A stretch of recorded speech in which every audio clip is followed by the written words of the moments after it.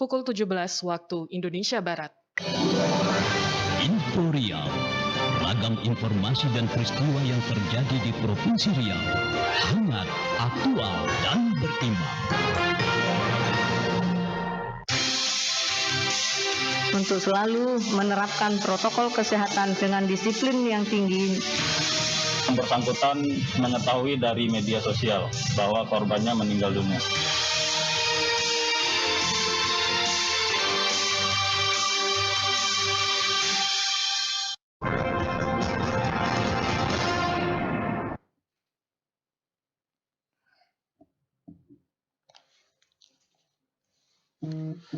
Selamat sore saudara, inilah Info Riau hari ini, Senin 14 September 2020.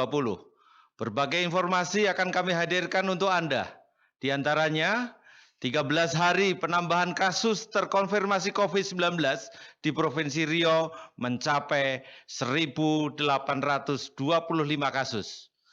Pelaku penabrak sepeda di Jalan Jenderal Sudirman akhirnya menyerahkan diri ke Polresta Pekanbaru. Saya, Kapolda Riau, Irjen Pol Agung Setia Imam Effendi. Inilah Info Riau selengkapnya. Tokoh membaca berita, 75 tahun Radio Republik Indonesia. Saudara, penambahan kasus terkonfirmasi COVID-19 di Provinsi Riau dari tanggal 1 September sampai dengan 13 September 2020 sebanyak 1.825 kasus. Selengkapnya, Femi Asti Yovani melaporkan.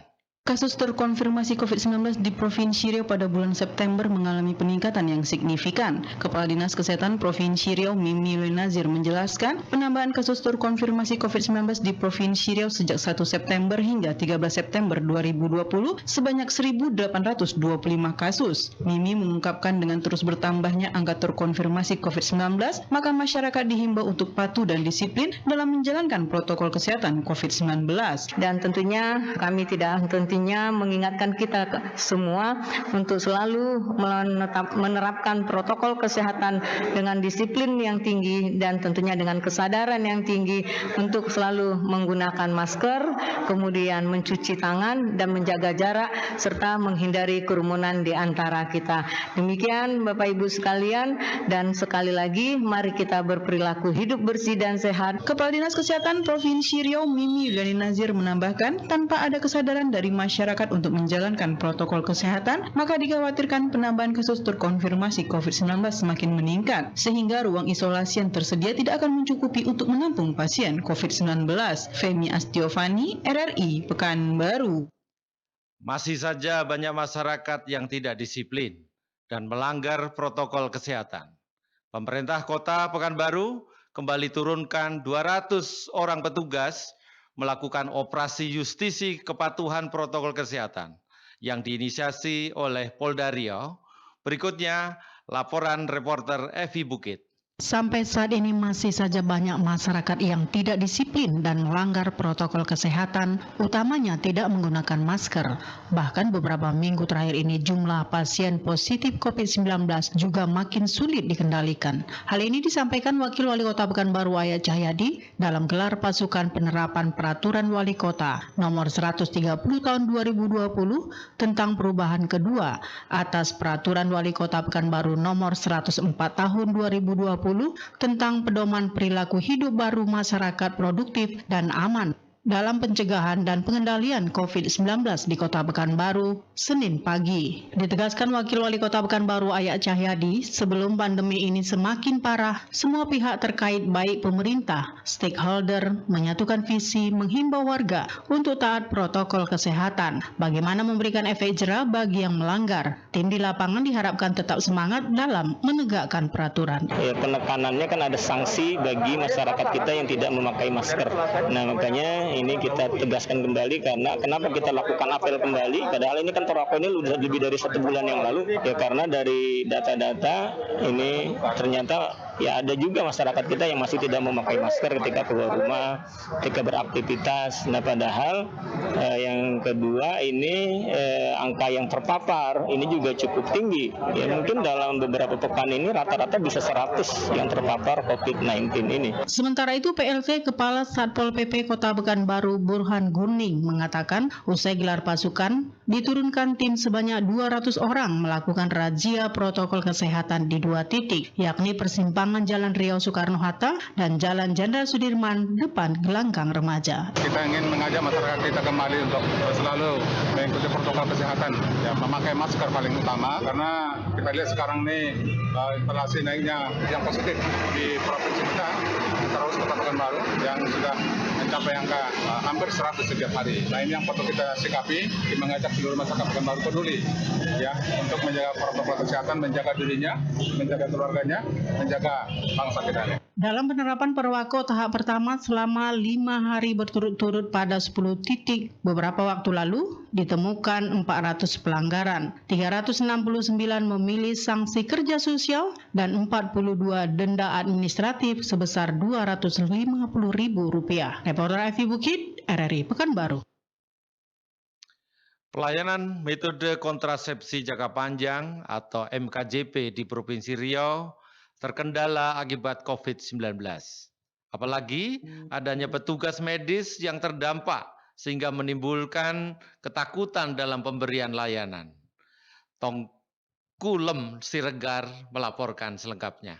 Dalam rangkaian bulan kontrasepsi sedunia sejak 18 Agustus sampai 19 September 2020 diselenggarakan pelayanan metode kontrasepsi jangka panjang MKJP khusus di Provinsi Riau terkendala merebaknya pandemi COVID-19. Mardalena Wati Yulia, Kepala Perwakilan BKKBN Provinsi Riau mengatakan MKJP yang diberikan yaitu intrauterine device atau IUD dan implan, yaitu sama-sama jenis alat pengontrol kehamilan jangka panjang, tapi keduanya berbeda dari segi manfaat dan cara kerjanya. Kedua jenis layanan tersebut di Riau terkendala karena sejumlah daerah masih zona merah. Padahal Riau ditargetkan 3.000 akseptor MKJP. Selain itu, adanya tenaga medis yang meninggal dunia akibat COVID-19 juga menimbulkan ketakutan bagi para pemberi layanan dan juga bagi yang dilayani. Namun pihaknya terus melakukan koordinasi dalam memberikan pelayanan terbaik untuk KB, diambil untuk menunjang program keluarga berencana yang terus digalakkan demi mewujudkan keluarga yang berkualitas. Pelayanan IUD dan implan. Nah ini dimulai sejak 18 Agustus sampai 19 September besok. Nah kita ditargetkan lebih kurang 3.000. Nah salah satu kendalanya karena masih adanya beberapa daerah kita yang zona merah, sehingga medis kita ada yang kena kabarnya ya, jadi ada ketakutan. Berarti beberapa paskes ada yang ditutup, artinya untuk sementara pelayanan tidak ditiadakan. Tapi kita lakukan berbagai upaya. Kita tetap melakukan protokol kesehatan, artinya kita tidak terjadi penumpukan. Kita atur jarak pelayanan waktunya, kemudian tetap memakai masker, tetap seperti yang melayani. Kan ada APD-nya, APD level 1, level 2. Intinya kita tetap berkegiatan tetapi tetap memperhatikan protokol kesehatan.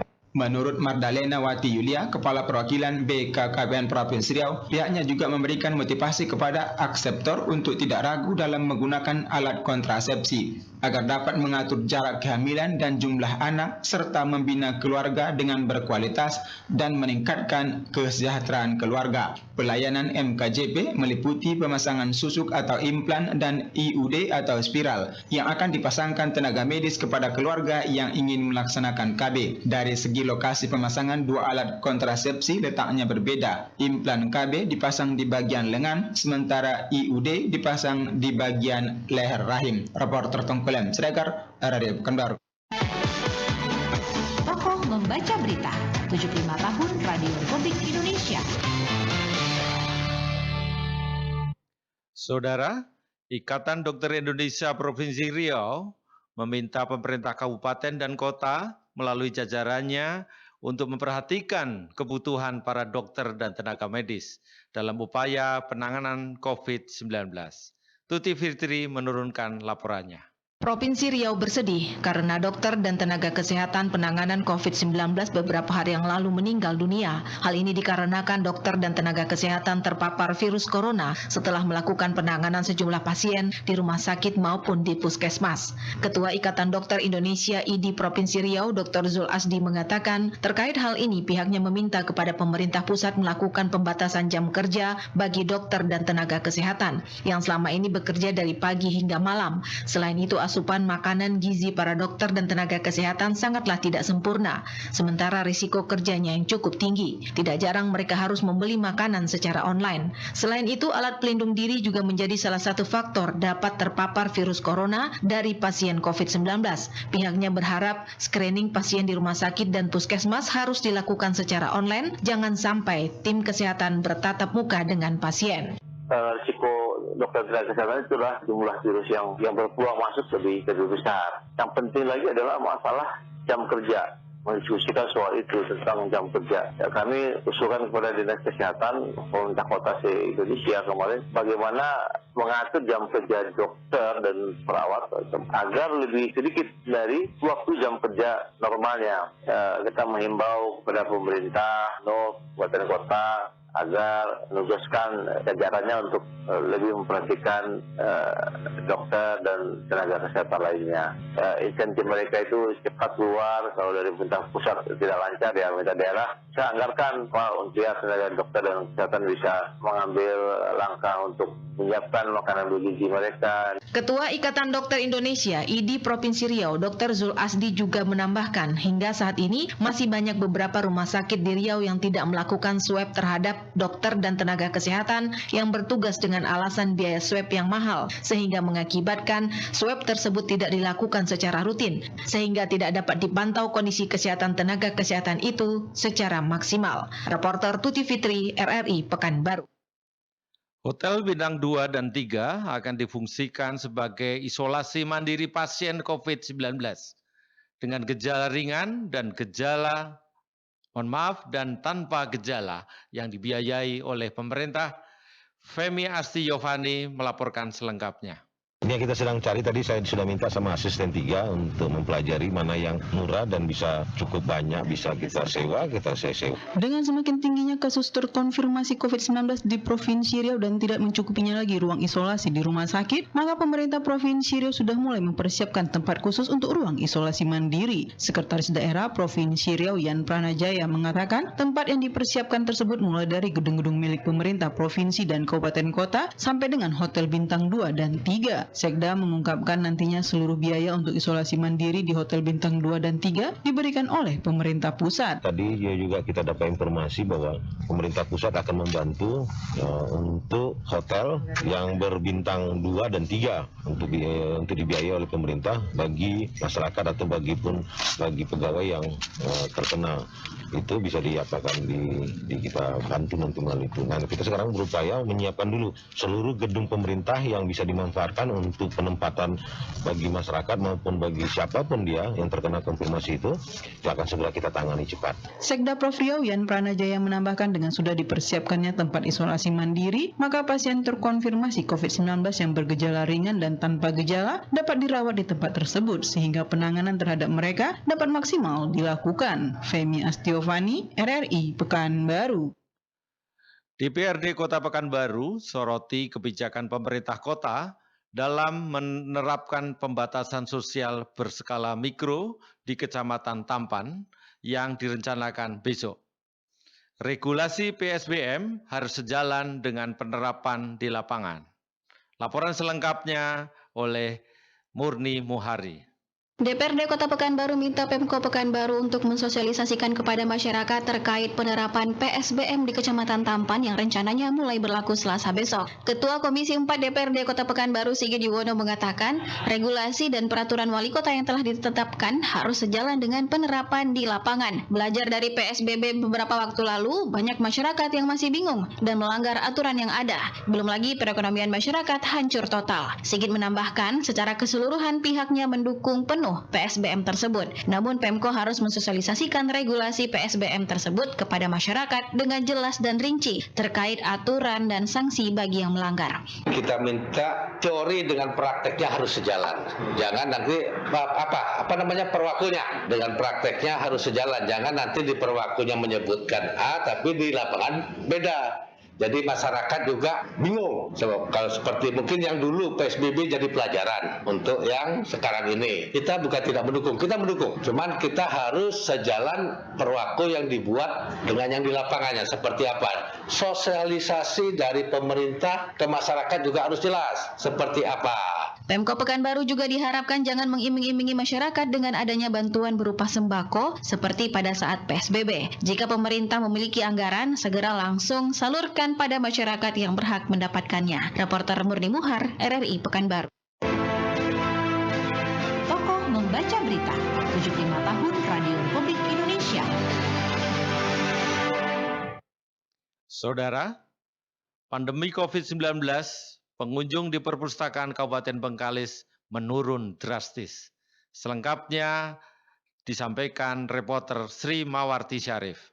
Memanfaatkan daring dan media sosial menjadi salah satu upaya untuk menarik dan meningkatkan minat baca masyarakat. Menjadi salah satu program unggulan Dinas Perpustakaan dan Kearsipan Bengkalis. Kepala Dinas Perpustakaan dan Kearsipan Bengkalis Suwarto kepada RRI menjelaskan, di tengah pandemi COVID-19 yang mengharuskan penerapan protokol kesehatan mengakibatkan turunnya angka kunjungan pembaca ke perpustakaan. Kalau secara langsung saat sekarang ini kita juga memang membatasi pengunjung untuk datang ke tempat kita karena bagaimanapun kita harus menjaga protokol kesehatan, dan di satu sisi dilemanya kita yaitu bagaimana supaya minat baca masyarakat itu bagus tapi tidak mengurangi protokol kesehatan. Untuk tetap menjaga mutu dan kualitas minat baca masyarakat, menurut Suwarto, pihaknya menyelenggarakan Gerakan Bengkalis Membaca bekerja sama dengan RRI melalui siaran yang menghadirkan narasumber berkompeten dan mempergunakan berbagai media sosial lainnya. Menurut Suwarto, melalui siaran RRI, masyarakat dapat mendengarkan secara langsung berbagai informasi yang disajikan sembari melakukan berbagai kegiatan dan dalam berbagai situasi. Peran RRI sekarang ini sangat bagus, baik, karena dalam hal ini, karena ini tidak bersentuhan langsung sama masyarakat, akan tetapi dengan adanya RRI ini, masyarakat langsung menikmati melalui program-program yang dilakukan di rumah. Ya inilah, jadi terobosan seperti ini kita apresiasi kepada RRI dengan melakukan kerjasama dengan berbagai sektor, termasuklah dengan perpustakaan. Dari berbagai kegiatan siaran kerjasama dengan RRI dan melalui media sosial lainnya, didengar dan dikunjungi lebih dari 1.000 masyarakat. Sri Mawarti Syarif melaporkan.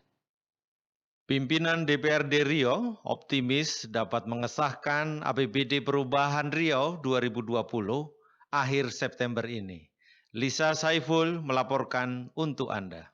Wakil Ketua DPRD Provinsi Riau Hardianto menyebutkan pihaknya sudah merencanakan pelaksanaan rapat awal antara Banggar DPRD Provinsi Riau dan TAPD Pemprov Riau untuk menyatukan persepsi terkait APBD Perubahan Provinsi Riau tahun anggaran 2020.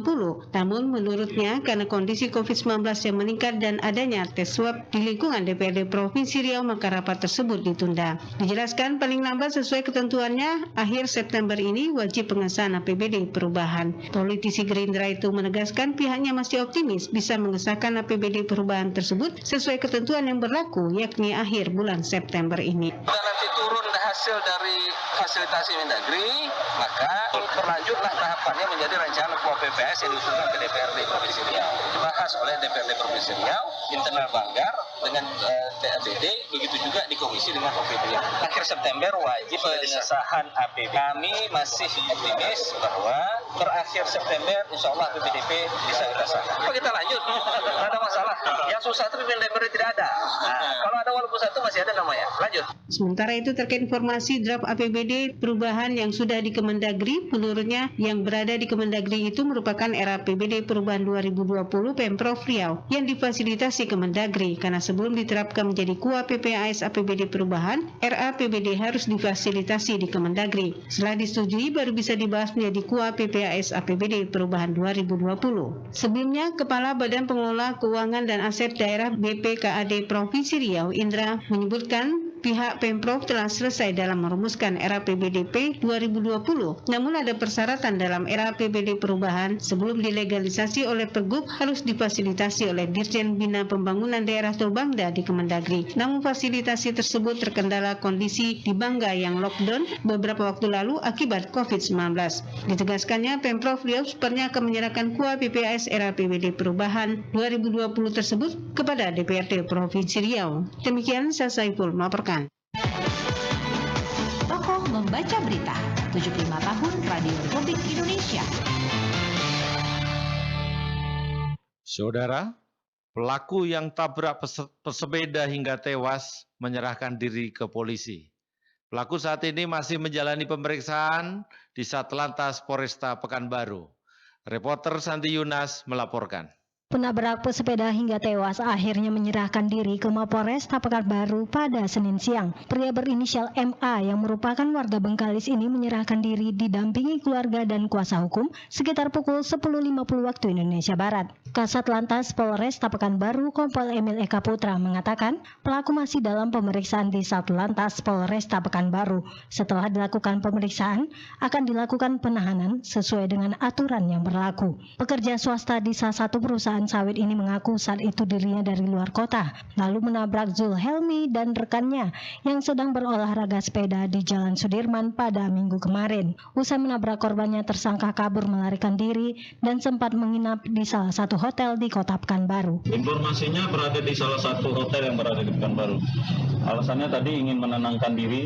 Dari informasi sementara yang bersangkutan mengetahui dari media sosial bahwa korbannya meninggal dunia. Setelah kita lakukan pemeriksaan, kita akan dalami berbagai macam informasi. Nanti untuk setelah sudah ada hasilnya dan jelasnya nanti akan kami informasikan kembali. Karena tersangka baru menyerahkan diri, setelah itu kami langsung adakan pemeriksaan. Setelah itu nanti kita amankan di sel khusus. Informasi sementara dari luar kota. Kasat Lantas Polresta Pekanbaru Kompol Emil Eka Putra mengatakan, atas perbuatannya, tersangka dijerat pasal 310 ayat 3 dan 4 serta pasal 312 Undang-Undang Lalu Lintas nomor 22 tahun 2009 tentang lalu lintas dan angkutan jalan dengan ancaman hukuman 6 tahun penjara dan denda 75 juta rupiah. Reporter Santi Yunas, RRI Pekanbaru. Selanjutnya, kami hadirkan berita olahraga. Saudara, menargetkan 2 medali emas di ajang Popnas tahun depan, cabang panahan PPLP Dispora Riau telah bersiap untuk mematangkan kemampuan atlet yang akan diturunkan nantinya. Selengkapnya dilaporkan reporter Ririn Ayunda.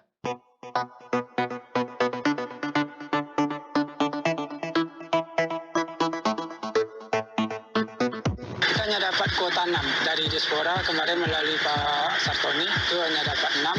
Kalau toh kita bisa minta 8, saya rasa lebih bagus. Karena kalau 6 itu ada 3 nomor kita tak bisa ikut.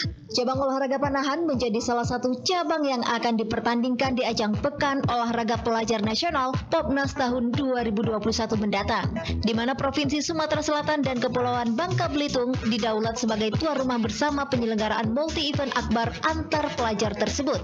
Cabang panahan Riau sendiri telah bersiap untuk mematangkan kemampuan atlet yang akan diturunkan nantinya. Panahan Riau berencana akan mengikuti 3 kategori nomor, yakni nasional, kompon, dan recurve. Pelatih panahan Riau Muslim mengatakan, untuk di Popnas, Dispora Riau memberi kuota atlet di cabang panahan sebanyak 6 atlet. Namun jajaran pelatih berharap kuota tersebut dapat bertambah karena selain akan menurunkan atlet di nomor bergu nasional putra dan putri, yang notabene menurunkan 3 atlet putra dan putri, pihaknya juga akan menurunkan atlet di nomor recurve dan kompon yang juga memiliki peluang untuk meraih medali. Apalagi panahan Riau menargetkan untuk meraih 2 medali emas bagi kontingen pelajar Riau. Nah, di bergu nasional itu yang kita andalkan putra putri aja udah habis 6. Sementara kita punya atlet recurve sama kompon. Mungkin nanti ada solusinya dari suara kasih. Di Popnas kita masih coba, kemarin kita kan 1 emas ya. Mudah-mudahan tahun depan kita bisa 2. Tapi kembali kepada hal-hal yang ini tadi, program pembinaan kita. Karena panahan itu riskan dengan peralatan, juga riskan dengan persiapan anak. Kemudian dengan jumlah. Kalau jumlah kita 6, sementara orang ikutnya 18, ya kita bisa pikir sendiri target kita di mana gitu. Muslim menambahkan, dalam masa persiapan yang dilakukan hingga keberangkatan ke Popnas nanti, pihaknya akan melakukan beberapa kali evaluasi per triwulan dan berharap Dispora Riau juga tetap memberikan support dalam hal peralatan latihan yang memadai untuk mendukung program latihan atlet. Demikian, Ririn Ayunda melaporkan. Saudara, informasi olahraga tadi mengakhiri info Rio hari ini, Senin 14 September 2020. Terima kasih Anda sudah bersama kami. Saya Irjen Pol Agung Setia Imam Effendi beserta kerabat kerja yang bertugas undur diri. Selamat sore, sampai juga, salam masker.